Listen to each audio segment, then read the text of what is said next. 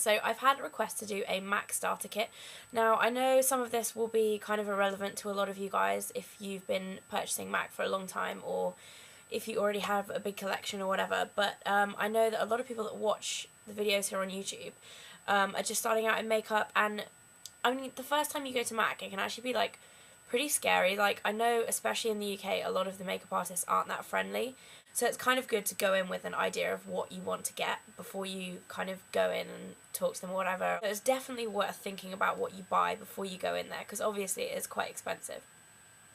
So I'm just going to run through what I think are really good basics to buy from MAC. I'm kind of going to go through and like how you put your makeup on, just so that I don't forget everything. The first thing, obviously, foundation. Now, this is a tricky one to actually recommend to people because it depends on your skin type. The MAC foundation that I use is Studio Sculpt, and I've spoken about it a lot on YouTube. The shade I use is NW25, but if you are going to buy some foundation from MAC, what you want to do is kind of go in, get colour match so that you get the right colour for your skin tone. And make sure you're buying the right foundation for your skin type as well. You'll probably have to speak to somebody at MAC and, you know, tell them your past history. I know MAC foundations often break people out if you're prone to that as well, so that's also an issue that you kind of have to consider. As for concealers, I don't really like any of the MAC concealers that I've tried. Personally, I prefer other brands, so I'm also not going to include any of those. Another thing from MAC, though, that I do think is absolutely great for setting your foundation is Mineralized Skin Finish Natural. It's kind of just easy. Like, if you get loose powders, they can sometimes be kind of messy and, like, more difficult to apply, but I find this goes on really well. And you can also, because it's got a little bit of coverage, it's very sheer, you can use it as a foundation as well if you're looking for a natural look. So that's definitely something that I would recommend. As for blushes, the one that I use the most, probably out of my collection, is Pink Swoon. This I have on at the moment, and I find it's a good colour just for my skin tone, obviously because I'm very fair and because I'm blonde. But obviously it depends like what kind of thing you like. If you prefer a bit more of a natural blush, another one I like to use is Desert Rose, which is this really deep rose colour.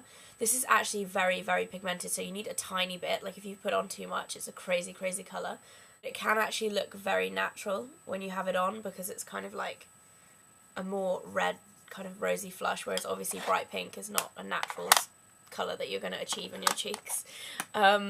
And then another one that I also like is Style, which is Coral with Gold Reflex, which is really pretty. That's kind of a nice summer one as well, because if you're tanned, the gold shimmer can look really nice with the tan. So moving on to eyes.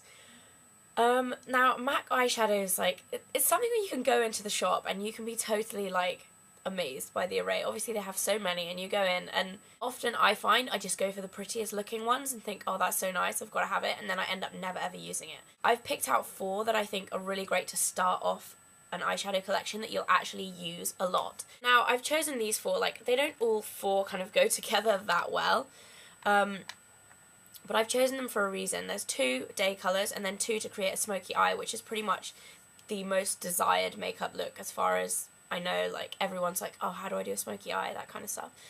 So, and I've also chosen 4 because I think it's quite useful if you buy them in the pans and you want to kind of like save space, you can get a little 4-pan palette and put them in there, and then you're kind of ready to go and you've got everything. I've picked out All That Glitters, which a lot of you will know the name of because it has a very famous namesake on YouTube, All That Glitters 21, obviously. Yeah, it's just like a really shimmery beige. And it's really pretty for pretty much any skin tone. I use it, I'm wearing it at the moment on my lid. And then I've also chosen Twinks, which is a shimmery kind of plum brown, if you can see there. And those 2 go really nicely together, and that's what I'm wearing on my lids today. So I've chosen those 2 as the kind of like daytime 2 eyeshadows that I think would be good to start out with, just because they're quite versatile. They suit pretty much any skin tone and you can kind of play around with them, like they're quite forgiving. Another thing that you could replace Twinks with, if you like a more kind of matte finish and not so shimmery, is something like Embark, which is just matte, like a deep matte brown. But yeah, I mean, it's up to you. And then obviously Carbon, which is MAC's Matte Black. and the other one I've chosen is Night Divine, which is this blue tone grey that I actually use a lot.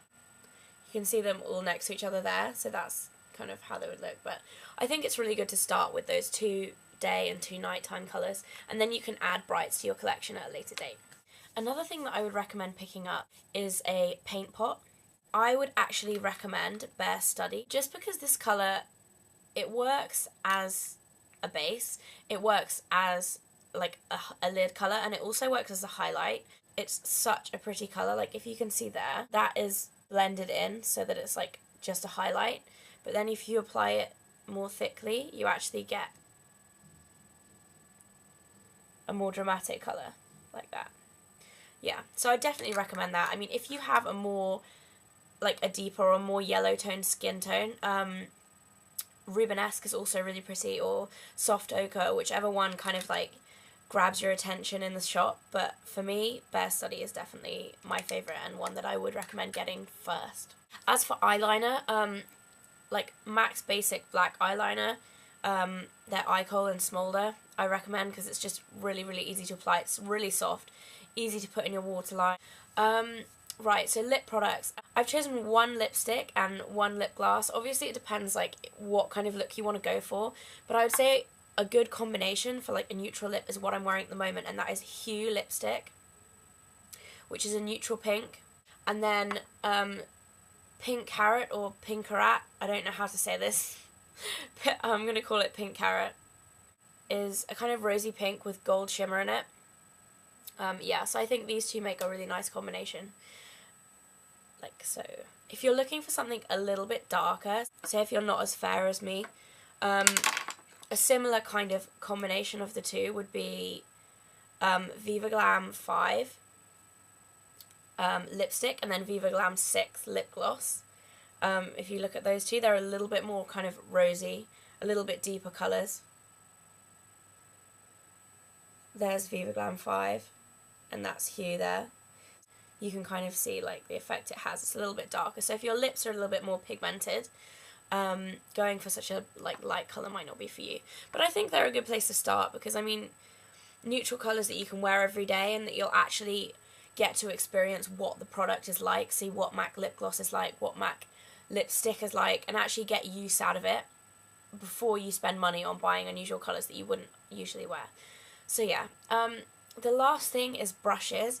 Now, personally, I wouldn't recommend MAC brushes if you're a beginner, purely because there are cheaper alternatives out there. I mean, Sigma is really well known on YouTube. Everyone's done a review on their brushes. So if you haven't already heard of them, go and search them in the YouTube search bar, and you'll see that, you know, they are pretty good comparisons to MAC. The 2 MAC brushes that I do have and use a lot are the 217, which is really dirty because I've just used it, which I would recommend for beginners just because it's such a good crease brush. Seriously, they do all the work for you. But Sigma do the equivalent 217. I've only got the travel size in that, and as you can see, they're like identical. Obviously I've used this one for brown and this one for black. I need to wash them. And then the other brush that I use every day from MAC is the 187, and I use this for putting on my foundation. And this is the Sigma equivalent again. So yeah, this isn't a Sigma brush review, but starter kit from MAC, I wouldn't put any brushes in there just because Sigma is way cheaper and pretty much the same. So yeah. Okay, so that is my MAC starter kit. I hope it helped you out if you're just starting in makeup. I know I should have watched one of these videos on a MAC starter kit before I started buying MAC, because I think I would have a better collection if you kind of plan how to buy everything a bit better, then you end up with a better makeup collection in the end. Yeah. So I hope this helped. Let me know if you have any more requests. Keep them coming in, and I'll see you soon. Bye!